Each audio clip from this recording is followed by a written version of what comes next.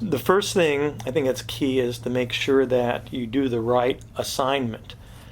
So often students won't follow the syllabus exactly, and they may write an excellent paper, but it might not be the paper the professor wants.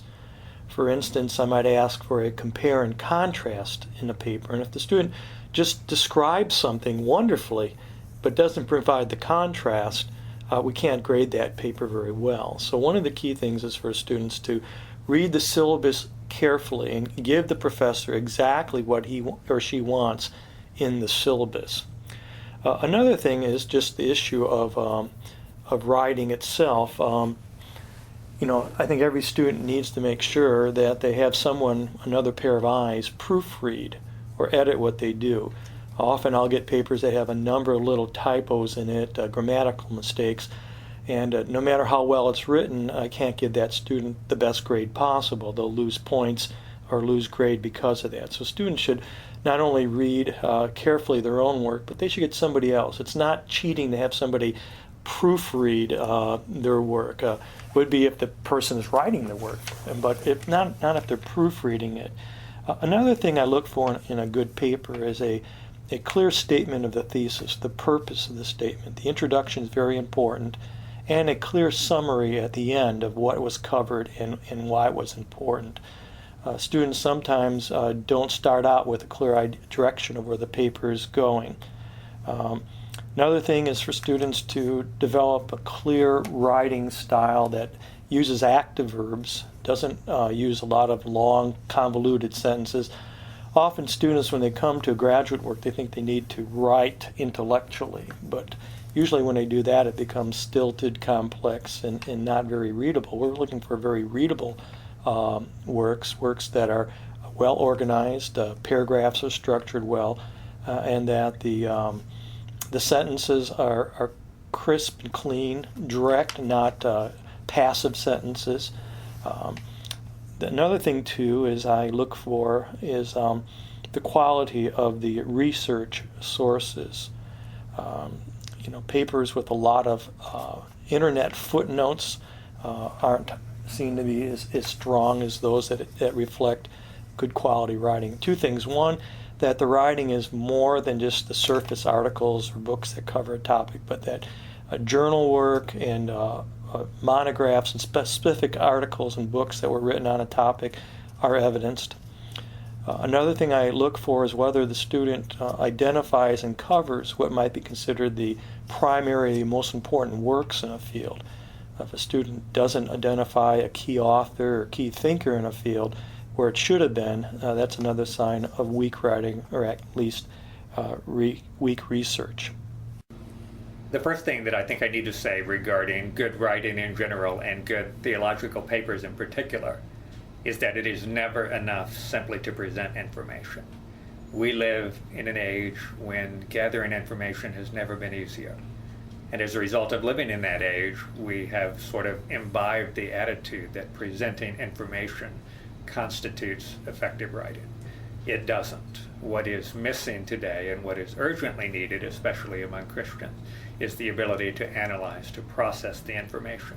And so the first thing to remember is that in any kind of writing, you do not want simply to present information. As I look at the task of writing papers, I like to divide them into 4 parts. And those parts are research, reporting, analysis, and reflection. And the way I like to help students think about this is that at whichever one of those you start, you need to do all of the ones that follow. So if you're writing a research paper, then you don't just need research, you need research, reporting of your research, analysis of the significance, and then reflection on how that impacts the life of the church, the life of Christians, the mission of the church and the world. In some cases, though, you don't actually have to do the research. You're simply reporting, or the information has already been gathered for you. And so you need analysis and reflection. But the point is that you always need analysis. You always need reflection on the significance of what you're doing, no matter what kind of paper it is. In certain kinds of papers, you also need reporting if you've been gathering the information yourself. And in certain kinds of papers, we also need research.